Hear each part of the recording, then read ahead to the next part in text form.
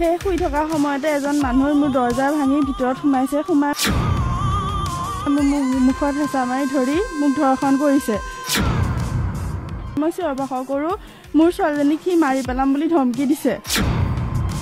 মানুহজন নথকা অৱস্থাত ৰাতুল ভৰালীয়ে মোৰ লগত বেয়া কাম কৰিলে নিশা 11:30 বজাত দুৱাৰ খুলি আমাৰ ৰুমলৈ সোমাই আহিছে চিঞৰ বাখৰ কৰিলেই মোক ধমকি দিয়ে চিপাঝৰৰ ৰামদেলিত জঘন্য ঘটনা স্বামী নথকাৰ সুযোগ লৈ অসহায় মহিলাক অপকৰ্ম কৰাৰ অভিযোগ ৰাতুল ভৰালীৰ বিৰুদ্ধে আৰক্ষীয়ে কোনো ব্যৱস্থা নোলোৱাৰ অভিযোগ ঘটনাৰ উচিত তদন্ত বিচাৰিছে ভুক্তভোগী পৰিয়ালে হয় মই 2 তাৰিখে ৰাতি মোৰ ছোৱালীজনীৰ লগত শুই আছিলোঁ মোৰ হাজবেণ্ড নাছিল তেখেতে গাড়ী চলাবলৈ গৈছিলে সেই শুই থকা সময়তে এজন মানুহৰ মোৰ দৰজা ভাঙি ভিতৰত সোমাইছে সোমাই মোৰ মুখত হেঁচা মাৰি ধৰি মোক ধৰ্ষণ কৰিছে মই যেতিয়া ধৰ্ষণ কৰাৰ সময়তে মোক ভাবুকি দিছে যে যদি মই ধৰ্ষণ কৰাৰ কথা কওঁ আৰু যদি মই চিঞৰ বাখৰ কৰোঁ মোৰ ছোৱালীজনীক সি মাৰি পেলাম বুলি ধমকি দিছে তাৰপিছতে মই চিঞৰ বাখৰ কৰি থকা সময়তে ওচৰৰ মানুহ গম পাই আহি পেলাই তেখেতক হাতে লোটে ধৰা পেলাই তাৰপিছত নাই ছাৰ আমাৰ একো সম্পৰ্ক নাই পূৰ্বৰ পৰা আগতে ছাৰ এনেই আমাৰ মানুহজনৰ বন্ধু আছিলে অহা যোৱা আছিল তেখেতৰ কিন্তু আমাৰ এইবিলাক একো সম্পৰ্ক নাছিল ছাৰ চিনি পাওঁ ছাৰ আগৰ পৰাই তেখেতৰ ছাৰ কিবা ব্যৱসায় আছে বুলি জানো কিন্তু কি আছে ভালদৰে নাজানো ছাৰ থানাত এজাহাৰ দিছো কিন্তু আজি 5 দিনমান হৈ গ'ল থানাই তেখেতক এৰেষ্ট কৰা নাই ছাৰ আমি কিয় ন্যায় পোৱা নাই এই কথাটো লাগে সেইদিনা ৰাতি যদি ওচৰ চুবুৰীয়াই গম নাপালেহেঁতেন মই নহ'লে মোৰ ছোৱালীজনী কোনোবা এজনী মৃত্যু হ'লোহেঁতেন ছাৰ নাই ছাৰ নাই সেইদিনা ছাৰ আমাক পিষ্টলেৰে গুলিয়াই সি মাৰিম বুলি ধমকিও দিছিলে সেইদিনা ৰাতি ছাৰ টাইমটো মই সঠিক গম বজাত হ'ব ছাৰ মোৰ পৰিবাৰ হয় যোৱা শনিবাৰৰ ঘটনা মই ঘৰত নথকা অৱস্থাত ৰাতুল ভৰালী নামৰ কালপিতটোৱে মোৰ ঘৰৰ গেট ভাঙি আহি ঘৰৰ দৰ্জা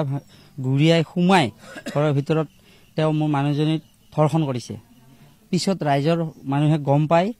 আহি এজন দুজনকৈ আহি গম পালে তেওঁক ঘেৰি ধৰিছে ঘৰত ঘেৰি ধৰি পেলাই তেওঁক হাতে লোটে ধৰা পেলাই তেওঁক খুটাত বান্ধি পেলাই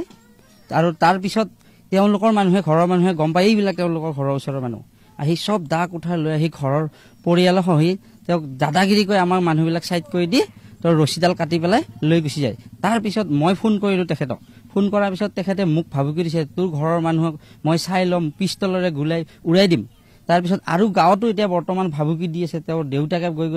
ঘৰে ঘৰে গৈ ভাবুকি দি আছে মাৰি পেলাম গুলিয়াই পেলাম বেছি দিন থাকিব নোৱাৰা তাৰপিছত আমি প্ৰশাসনৰ ওচৰ চাপিছোঁ প্ৰশাসনৰ এতিয়ালৈকে আজি শনিবাৰৰ পৰা কোনো বিহিত ব্যৱস্থা লোৱা দেখা নাই কালপিত মুক্ত আকাশৰ তলত ঘূৰি আছে কি ন্যায় আমি নাপাম নেকি এই ঘটনাৰ আমাক উচিত তদন্ত লাগে প্ৰশাসন ফালৰ পৰা আমাক উচিত তদন্ত লাগিব এই ঘটনাৰ তদন্ত লাগিবই লাগিব নহ'লে আমি আৰু অন্য ব্যৱস্থা ল'ম বুলি সিদ্ধান্ত গ্ৰহণ কৰিছোঁ মই গাড়ী চলাওঁ মই অৰুণাচল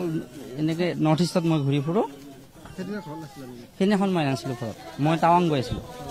হয় মই ঘৰত মোৰ বাচ্ছা আছে 4 বছৰীয়া বাচ্ছাৰ লগত তাই আছিলে শুই আছিলে তাই অকলে আছিলে সেই বাচ্ছাৰ লগত আছে নাই একো নাই গম পোৱা নাই মই আৰু নাই বুলিও মই জানো তেওঁ বহুত পইচা পাতিৰ বহুত লেভেল দিয়ে কোটি টকাৰ লেভেল দিয়ে পইচা পাতিৰ তদন্ত হ'ব লাগে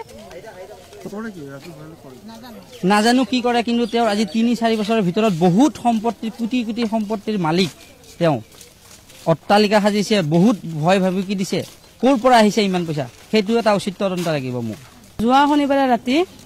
ৰাতুল ভৰালী নামৰ ব্যক্তিগৰাকী আমাৰ বৌক ধৰ্ষণ কৰি থকা অৱস্থাত হাতে লোটে ধৰা পৰিছে তাৰপিছত আমি গম পালোঁ সমূজা ৰাইজ মিলি তেখেতক আমি মানে বান্ধি থলোঁ ঘৰত তাৰপিছত ৰাইজসকলে মিলি বান্ধি থোৱাৰ পিছত আমি গাঁওবুঢ়াক খবৰ দিলোঁ গাঁওবুঢ়া অহাত লেট হ'ল তাৰ আগে ঘৰৰ সকলো পৰিয়াল 40-30 মিলি কিনি তেওঁলোকে দাউলৈ আহিছে দাউলৈ আহি কিনে পুৰা হুলস্থুল কৰি কিনে ৰাতুল ভৰালীৰ পৰা ৰছী যিটো হাতত বন্ধাই আছিল ৰছীডাল পুৰা দাৱেদি কাটি কিনে পুৰা জোৰ জবস্তিক লৈ গ'ল তাৰপিছত তেখেতে আমাক এটাই ভবকি দিছে যে পিষ্টলেদি গুলাম আমাৰ যিখিনি ঘৰৰ পৰিয়াল পিষ্টলেদি গুলাম তহঁতক চাই ল'ম তহঁতক উৰাই দিম বহুত ধৰণৰ আমাক ভাবুকি দিছে তেওঁৰ ঘৰ ওচৰতে এজাহাত দিছোঁ আমি কিন্তু আৰক্ষী এতিয়ালৈকে তেখেতক এৰেষ্ট কৰা নাই কিয় এৰেষ্ট কৰা নাই কাৰণ কি আমাক ন্যায় লাগে আমি ক'লে মহিলাখিনি কেনেকৈ থাকিম আজি এখেতৰ লগত আছে কালি তেখেতৰ লগত হ'ব আমি কেনেকৈ থাকিম আমাক সুৰক্ষিত লাগে মহিলাখিনিক তেওঁ কি কৰে নাজানো তেখেতৰ ওচৰত খলিহৈ ৰামদেলি